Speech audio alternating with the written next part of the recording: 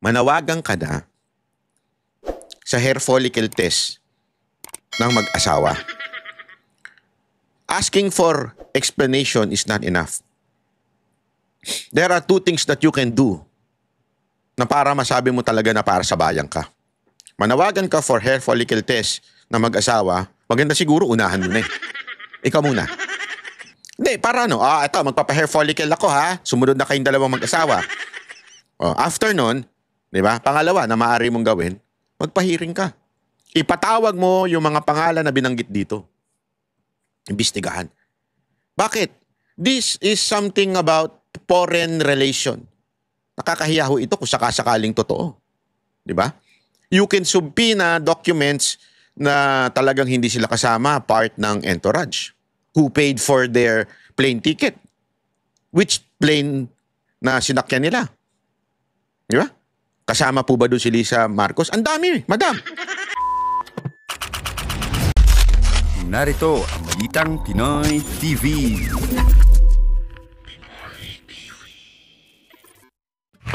Magandang araw po sa inyo lahat. Ako po si Banat Bayat. Eto na nga. Paano ba yan? Senator Amy, sumagot na daw siya. Tablado ka na. Sabi ko sa iyo eh. Hindi, sabi ko sa inyo, malabnaw. Malabnaw yung komento ni Senator Amy. Pinalakpakan ko siya kahapon ha. Panoorin nyo sa aking video. Panoorin nyo kahapon yung video ko. Pinalakpakan ko siya. Pero malabnaw. Bakit? Again, we can do that. As a vlogger, we can call out and ask for explanation. And that's what Malacanang did. Kaya nga ang sagot nito ni Aling Claire, ito, sinagot ko na. Ano? Ha? Sinagot ko na. Sinagot na daw niya. Senator Amy, tapos na. Sinagot na. Paano na? Hindi, paano na po? Paano na? Ay. Isa lang ibig sabihin. Manawagan ka na sa hair follicle test ng mag-asawa. Asking for explanation is not enough. There are two things that you can do na para masabi mo talaga na para sa bayan ka. Manawagan ka for hair follicle test ng mag-asawa, maganda siguro unahan mo na eh. Ikaw muna. Hindi, para ano? Ito, magpapa-hair follicle ako ha. Sumunod na kayong dalawang mag-asawa. After nun, di ba? Pangalawa na maaari mong gawin, magpahiring ka. Ipatawag mo yung mga pangalan na binanggit dito. Imbestigahan. Bakit? This is something about foreign relation. Nakakahiya ho ito kung sakasakaling totoo. Di ba? You can subpoena documents na talagang hindi sila kasama, part ng entourage. Who paid for their plane ticket? Which plane na sinakyan nila? Di ba? Kasama po ba doon si Lisa Marcos? Ang dami, madam. Gusto mo, kunin mo na lang ako. Biro lang ha. Kunin mo akong investigador. Ako ang magtatanong kung ano yung mga dapat malaman. Hindi, alam mo kung talagang gusto mong malaman ng katotohanan dito, imbestigahan nyo. Ako kaya kong imbestig. Sa totoo lang, pasensya na, hindi ko inaano, pero kung ako immediate, nandyan ako sa loob. Ang dami kong itatanong kay Aling Claire na baka malaglag po siya sa upuan niya. Ay, wala pala siyang upuan. Totoo. Ang daming tanong dyan eh. Diba? Sabi niya, hindi daw part. Sino-sino yung part ng entourage? Asan yung report? Asan yung document? Diba? Which plane? Anong airlines? Anong flight? Si Lisa Marcos at itong si Tontoco tsaka yung grupo niya. Sinasabi niyang hindi sila pareho ng hotel. Anong hotel ni Lisa Marcos? Tapos na, ibig sabihin, hindi na security risk yun. Anong hotel ni Lisa Marcos? Di ba? Kasi makikita mo doon, kasi kung investigador ka, favorite ko kasi yung mahilig ako sa mga ganyan, yung mga story ng Hollywood movies. Kaya pwede natin i-apply. Halimbawa, hotel niya Beverly Hills. Ano yung hotel halimbawa ang pwede dyan, yung mga mamahaling hotel? Ilang minutes from the hotel of the First Lady to the Beverly Hills. Is it possible that during the time na tumawag ng 11:32 until to 12:05 o bago dumating ang pulis, umalis na si First Lady? And who called? Diba? Sino ang tumawag nung 11:32? Makikita rin sa record ng hotel, sino mga nandoon. May CCTV yun. Naku.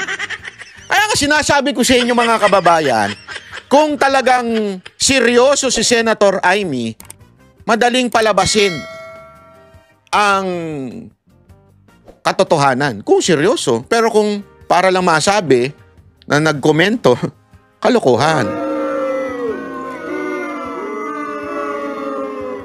Di ba po? O, tuloy natin. Kala mo, Alingker, makakalusot ka, ha? Lahat ng mga katotohanan. So, wag po tayo kasing maniwala masyado sa drama, sa gimmick, sa gawa-gawang kwento. Siguro din tayo po bilang miyembro ng media, kaya din po natin alamin kung ano ba talagang katotohanan ito. So, sinasabi ko na po, yung police report na yan, it's a fake document. Pero how's the First Lady use it? Walang... Yung tanong naman ito pang... sorry pero yung tanong niya pang pang showbiz eh. Kamusta na po siya? Anak ng... Sige, natin. Pasagutin natin. Okay lang siya. Alam niya kasi po yung katotohanan. Sa totoo lamang po ayaw niya sana ito nang lumaki pa dahil ang administrasyon na ito ay para ipakita ano bang ginagawa ng Pangulo, anong trabaho ng Pangulo, at paano ba kami magtrabaho para sa taong bayan. Pero pilit na ginigiba, pati ang unang ginang, para maapektuhan ng Pangulo at ang kasalukuyang administrasyon. Bakit? Mahinang nila lang po ba si Bongbong Marcos? Hindi, ako nagtatanong lang ginigiba daw si FL para maapektuhan yung presidente. Bakit? Mahinahin nila lang? Hindi, ako nagtatanong lang Kasi kahit anong giba mo sa mga kasama ko, ikaw ay strong. Di ba? Si Presidente Duterte. Kahit anong giba sa lahat, pati anak niya. Then, naalala ninyo, di ba? Dinala si Pulong. At saka, I think, I'm not sure kung kasama, hindi si Pulong lang pala. Dinalang sa Senado, okay lang. Go! Alam mo naman si Pangulong Duterte, pag sa mga anak, talagang close Talagang, wala, okay, go! Sabi niya, pag nalaman ko na drogista at nagtutulak ang droga yung mga anak ko involved sa drugs, akong papatay. Hindi, di ba? So, are you now admitting, Aling Claire, that the president is a weak president? It's a question. So, wala pong ikinababahala ang unang gilang dahil alam po niya ang katotohanan at makikita mismo ang mga records na yan. So, ang dapat mabahala dito, yung mga naninira sa kanila dahil hindi nila magigiba sa gamit. Naninira ba kagad pagka nag-question kayo? Ganun ba yun? So, wag niyong ki-questionin si BP Sara Duterte, ha? Question ng question sa BP. Hindi, totoo naman Di ba? Kini-question nila si BP Sara Duterte ng kung ano-ano. Tapos, pag ito, kinwestiyon mo lang, abay, galit na kagad. Di ba? Gamit na to, ng mga fake news na to, ang administrasyon na ito. Chris Jose Remate. Quick follow-up lang dun sa tanto ko. Are legal actions being contemplated, lalo na dun sa mga nagpakalat nitong fake na police report, especially that this concern the First Lady po? Pag-aaralan po yan. Mukhang napapanahon po. Pero pag-aaralan. Naku, ayan na, magdedemanda na naman sila. Nililinaw natin Aling Claire. Ikaw po siguro, alam mo naman yung Supreme Court ruling na mga nag-share ay hindi o nag-react ay hindi. At eto paulit-ulit natin sinasabi, hindi po tayo naniniwala, both parties, until may presintang ebidensya. Pinresinta ni Bobby Tiglao at ng bilyonaryo ang kanilang ebidensya at ating tong ibinalita at kinriticize. And it seems to be mas may ebidensya, mas matimbang. Ikaw, nagpresenta ka ngayon ng sagot mo. Sinasabi namin, sandali, bakit wala kang ebidensyang pinresinta? Yung ebidensyang pinresinta mo ay yung nag-party o nag-event si FL ng hapon. Nangyari yan, tanghali, umaga. I mean, we are just being presenting to you the truth. Now, it's up to the viewers, sino sa tingin nyo nagsisinungaling? Hindi po dapat manatiling ganito na dahil isang journalist o isang parte ng media nagsasabi ng kasinungalingan at maaaring paniwalaan ng mga kapwa natin Pilipino. So nakakalungkot po yun. At medyo nakakahiya. Nako po. Ayan, malalaman natin kung ano talagang katotohanan dito. Kasi pinirisinta eh. Kaya nga ako, may hamon ako dito kay Senator Amy Marcos.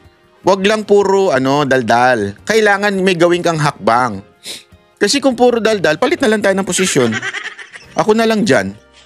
Hindi. Biro lang. Gino-joke ko lang to. Wala tayong plano sa politika. Ang punto lang natin dito, what she is doing can be done by the vloggers. Iangat mo yung sarili mo. Senado ka eh. Senador ka pala. Nasa Senado ka.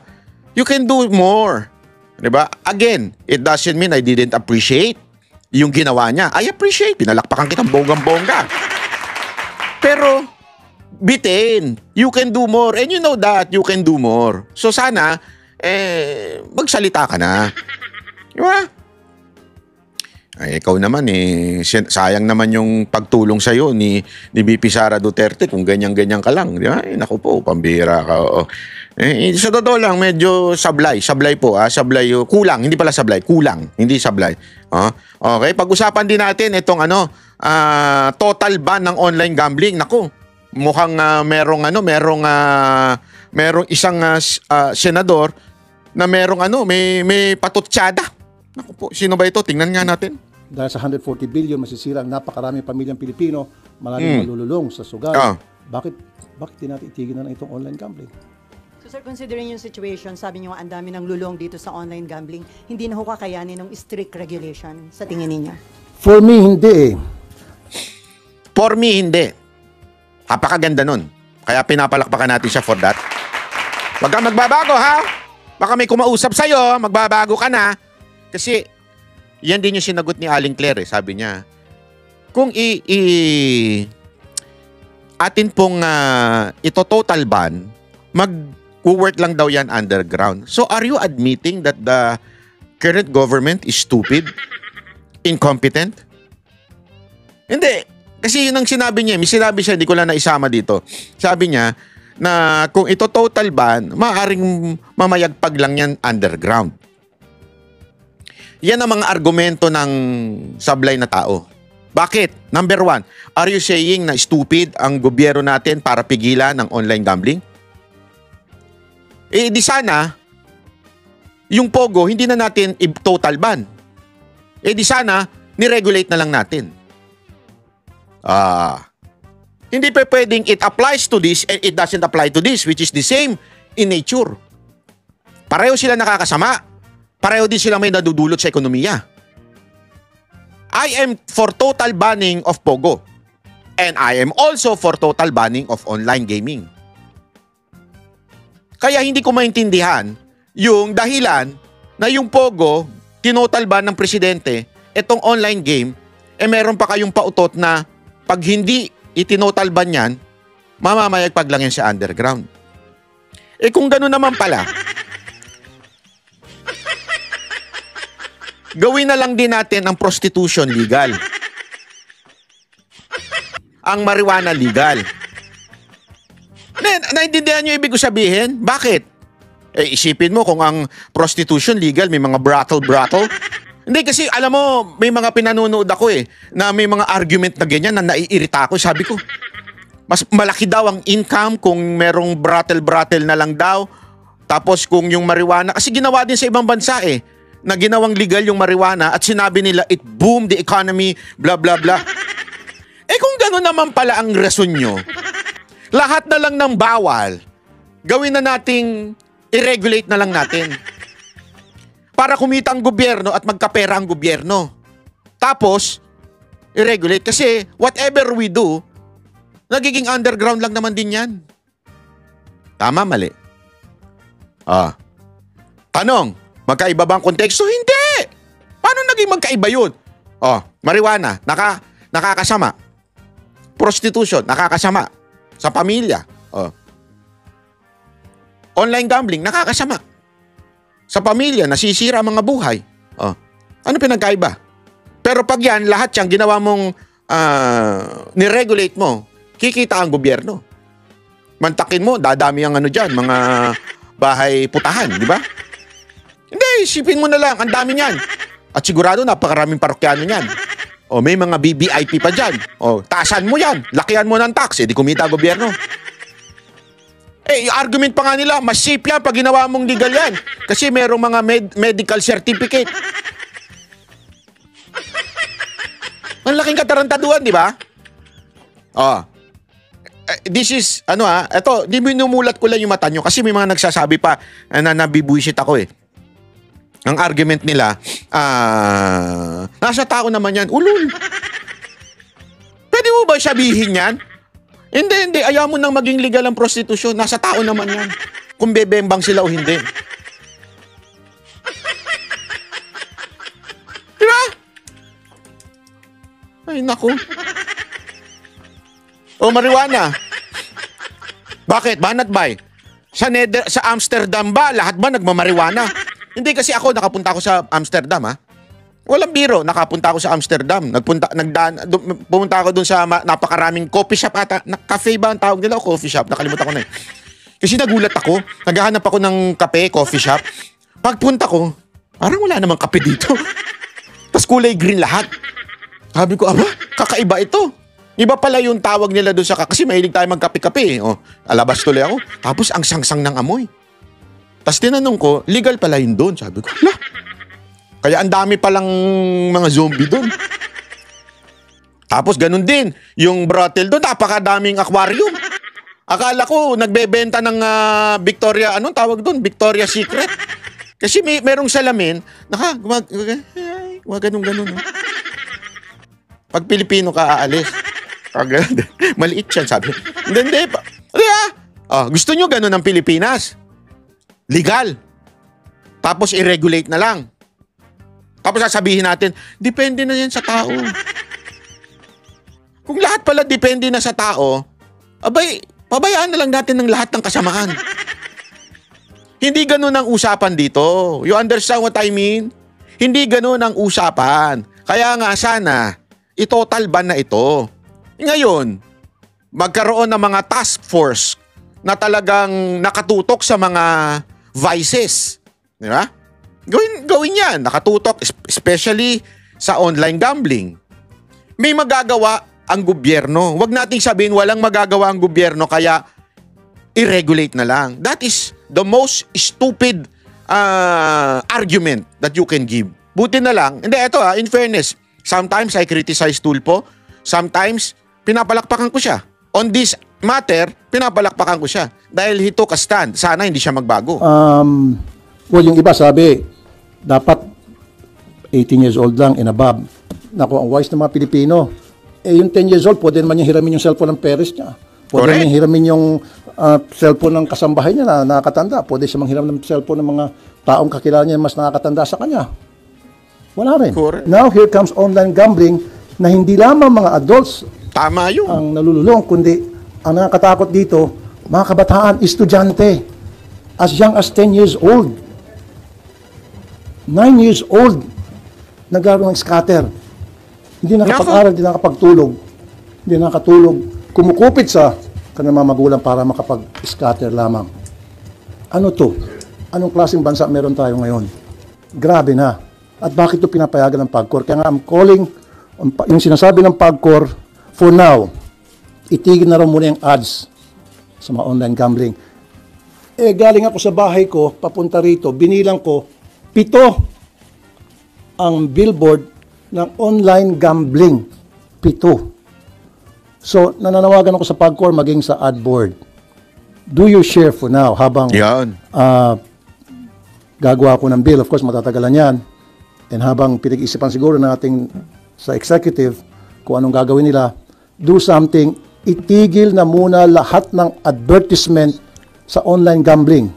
Kasi ang sabi ata ng PAGCOR sa prime time lamang. Bakit lang prime time? Paano sa hindi prime time naman yung mga bata nanonood din? So dapat tigil yan sa TV, radio, newspaper. So sinasabi ni Tulfo dito, since this is something na matatagalan pa kung gagawa ng batas, kailangan meron counterpart sa Kamara, sa lower house, sa Congress, di ba? So habang ganun, pwede naman ano na muna ng ngayon, itigil ang commercial. Kasi ginawa naman yan sa mga sigarilyo eh. Ewan ko sa alak kung tinigil na. Ginawa naman yan. So ibig sabihin, they can do it if they want. Ito na nga mga kabalita. Ano na ang masasabi nyo patungkol sa balitang ito? Please comment down below mga kabalita. Pag-usapan natin yan sa comment section. At kung di ka pa nakasubscribe sa ating channel, baka naman